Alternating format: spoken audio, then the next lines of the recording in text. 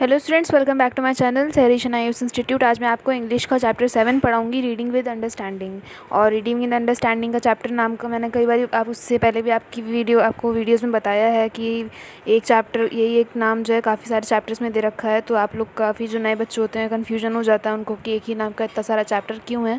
तो वो भी मैं पहले फिर से आपको बता देती हूँ कि इसमें जो रीडिंग विद अंडरस्टैंडिंग नाम के जितने भी चैप्टर्स हैं उसमें जो है ऐसा होता है कि सेक्शन 1 सेक्शन 2 कर करके पार्ट 1 पार्ट 2 कर करके एक चैप्टर में जो अलग अलग शॉर्ट स्टोरीज़ होती हैं, अलग अलग स्टोरीज़ होती हैं, पूरा अलग ही टॉपिक होता है। तो सारे चैप्टर्स में 2 या 3 ऐसे कर करके अलग अलग सेक्शन देकर अलग अलग टॉपिक पे स्टोरीज़ हैं, पूरी शॉर्ट स्टोरीज़ अलग अलग, मतलब एक चैप्टर में 2 तरह की स्टोरीज़ हैं। और बाकी मैं ये चैप्टर जो है आपको पूरा हिंदी में समझाऊंगी, क्योंकि आपकी इंग्लिश बुक में तो इंग्लिश लिखी होगी, इंग्लिश में तो आप लोग पूरा चैप्टर पढ़ ही लेंगे। तो आप लोगों को जो कन्फ्यूजन होगा वो इस वीडियो में आपको क्लियर हो जाएगा। मैंने पूरा वीडियो जो है पूरे सारे मतलब इंग्लिश के जितने भी चैप्टर्स हैं सारी और वीडियोज़ जो हैं सारी मैंने हिंदी में समझाया, पूरा इंग्लिश का चैप्टर। तो जो भी डाउट होगा आपको हिंदी में क्लियर हो जाएगा। चलिए स्टार्ट करते हैं। परीक्षाओं से पहले विद्यार्थी बहुत तनाव में होते हैं। यह तनाव अध्यापकों और माता पिता के द्वारा भी झेला जाता है। मतलब इसमें कह रहे हैं कि एग्ज़ाम टाइम पे जैसे सभी लोग के साथ होता है, सब लोग के साथ होता है कि एग्ज़ाम टाइम पे सब लोग एकदम टेंशन में आ जाते हैं। और ये चीज़ जो है जो टीचर होते हैं उनके लिए भी काफ़ी टेंशन की बात होती है, क्योंकि टीचर ने पढ़ाया होता है कि भाई हाँ बच्चा कैसा एग्ज़ाम करेगा, उनके लिए भी टेंशन की बात होती है। माता पिता के लिए भी टेंशन की बात होती है कि बच्चा पास हो जाएगा या नहीं, अच्छे मार्क्स से पास होगा नहीं है मेरा बच्चा, तो उनके लिए भी टेंशन की बात होती है और बच्चों के लिए भी, क्योंकि उनको एग्ज़ाम देना होता है। तो किंतु प्रश्न यह है, लोग तनावग्रस्त क्यों हो जाते हैं। तो इसमें ये पूछ रहे हैं कि लोग टेंशन में क्यों आ जाते हैं। अपने विकास कार्यों की मांग किशोरों के सम्मुख होती है, फिर एक जटिल समाज की भी खींचतान होती है। उन्हें समय योजना संबंधी कौशल ग्रहण करने की ज़रूरत है। विद्यार्थी को अपने समान वर्ग की और माता पिता की अपेक्षाओं के अनुरूप उतरने की चिंता बनी रहती है। एक आदर्श सीमा तक की चिंता तो अभिप्रेरणा देती है, जबकि ज़रूरत से ज़्यादा अधिक की गई चिंता नकारा कर देती है। मतलब यहाँ पे कुल मिला के ये कह रहे हैं कि कई बार जब एग्ज़ाम होने वाला होता है, सभी के साथ ऐसा होता है कि मतलब अब अगर एग्ज़ाम में बच्चा अचानक मतलब फ़ेल हो गया, उसका रिज़ल्ट अच्छा नहीं आया, फ़ेल हो गया या कम मार्क्स आए हैं, तो अब टेंशन बनी रहती है। समाज की खींचतान का मतलब यहाँ पे ये कि टेंशन बनी रहती है कि अब अगर पड़ोस की आंटी पूछेंगी तो उनको क्या जवाब देंगे, अब नानी के घर वाले पूछेंगे तो उनको क्या जवाब देंगे, दादी के यहाँ सब पूछेंगे तो उनको क्या जवाब देंगे, बेइज्जती हो जाएगी। मम्मी पापा और डांटने लगते हैं कि तुम्हारा एग्ज़ाम इतना ख़राब गया है, तुम फ़ेल हो गए, तो अब हम यहाँ क्या मुँह दिखाएंगे, इनको क्या जवाब देंगे, इंसल्ट होने लगती है, सारे घर वाले तुम्हारे पर चढ़ के डांटने लगते हैं। तो वो चीज़ जो है एक टेंशन, सर पे प्रेशर बन जाता है। तो एक टाइम पे ये होता है कि हाँ भाई जब एग्ज़ाम होने वाला है तो मम्मी पापा जो है मोटिवेट करते हैं कि नहीं बेटा अच्छा एग्ज़ाम होगा, वेरी गुड, और बी कॉन्फिडेंट, अच्छे से एग्ज़ाम करना, बेस्ट ऑफ लक, तुम्हारी तैयारी बहुत अच्छी है, सब अच्छा होता है। लेकिन एक टाइम के बाद जब ज़्यादा एक बार फेल हो गए, फिर नेक्स्ट टाइम जब एग्ज़ाम होता है तो आप लोग के ऊपर टेंशन दूसरी, मतलब पापा मोटिवेट करने की बजाय डांटने लगते हैं। देखो इस बार फेल हो गए तो ऐसा हो जाएगा, इस बार फेल हो गए तो स्कूल से निकाल दूंगा, इस बार फेल हो गए तो पढ़ाई छुड़वा दूंगा, ये कर दूंगा वो कर दूंगा।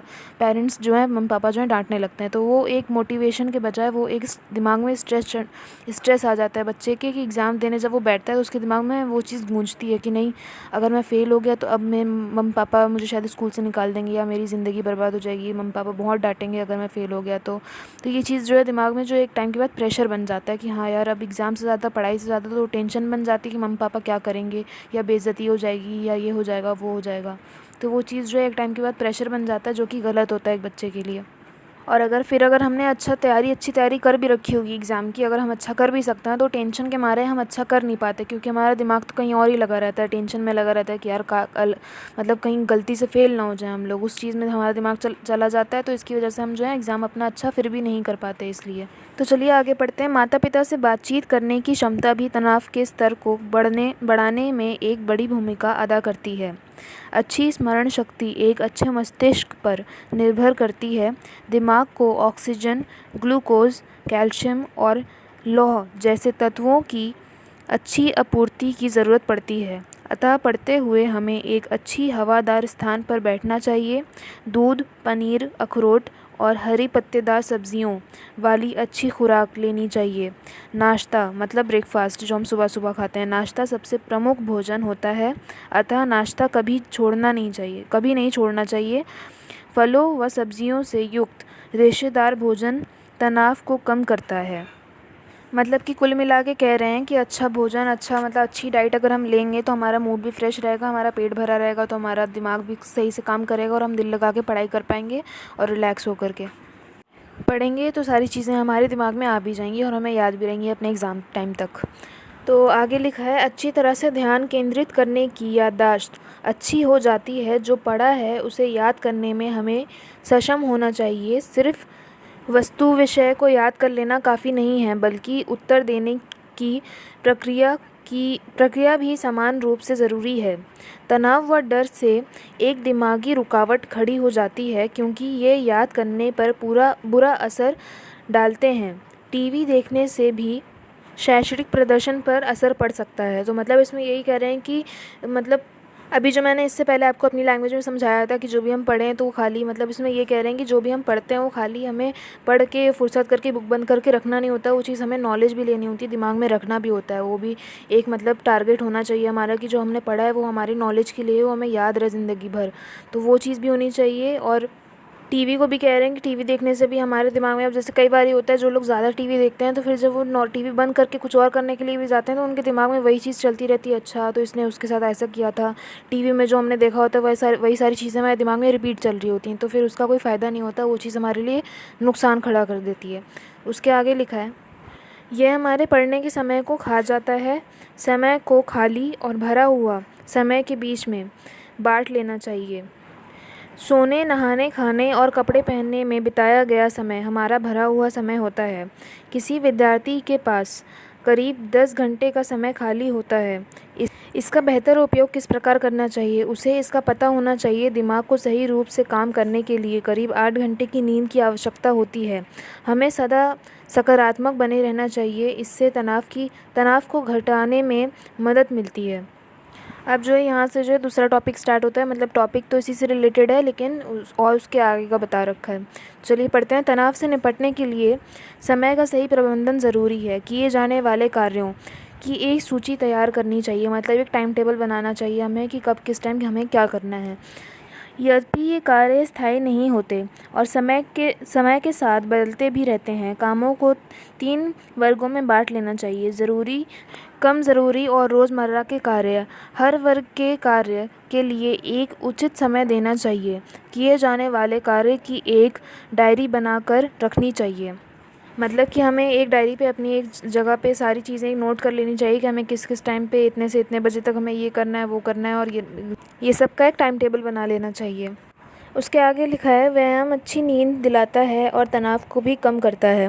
तेज़ गति से चलना, तैरना, जॉगिंग और एरोबिक्स से हृदय स्वस्थ रहता है।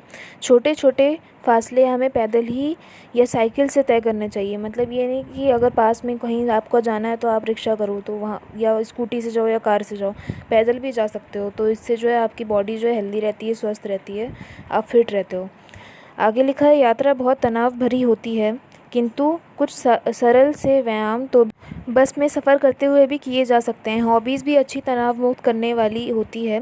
वह नींद की तरह ही तरोताज़ा करने वाली होती है। हॉबीज़ मतलब जो भी आपके शौक़ हैं, जो आपको पसंद है करना, उनमें मशगूल होकर हम जीवन को, चिंताओं और असफलताओं को भूल सकते हैं। वह स्वास्थ्य मूड को अच्छा बनाने वाली है, मतलब हम जो भी हॉबीज़ वगैरह जो भी हम, अब जैसे किसी को ड्राइंग पसंद है, पेंटिंग पसंद है, तो वो अगर ड्राइंग वगैरह करता है तो उसका टाइम पास हो जाता है और उसका मन भी लगा रहता है और मूड भी अच्छा हो जाता है। तो इसमें कह रहे हैं कि अपनी हॉबीज़ भी एक टाइम पे, मतलब एक टाइम आप बना के रख सकते हैं कि अपनी हॉबीज़ के लिए भी आप अपने टाइम निकालिए, उसमें वो लगे रहिए, करिए, तो आपकी जो कॉन्फिडेंस भी आता है, खुश भी हो जाते हैं, मूड भी सही हो जाता है आप लोग का, और आप लोग फ्रेश भी हो जाते हैं। उसके आगे लिखा है, हमें शांत और ठंडा रहना चाहिए। ख़राब स्थितियों में भी सकारात्मक रूप से सोचना चाहिए, मतलब ठंडे दिमाग से फ़ैसला लेना चाहिए, ठंडे दिमाग से सोचना चाहिए, बहुत ज़्यादा हाइपर नहीं हो जाना चाहिए।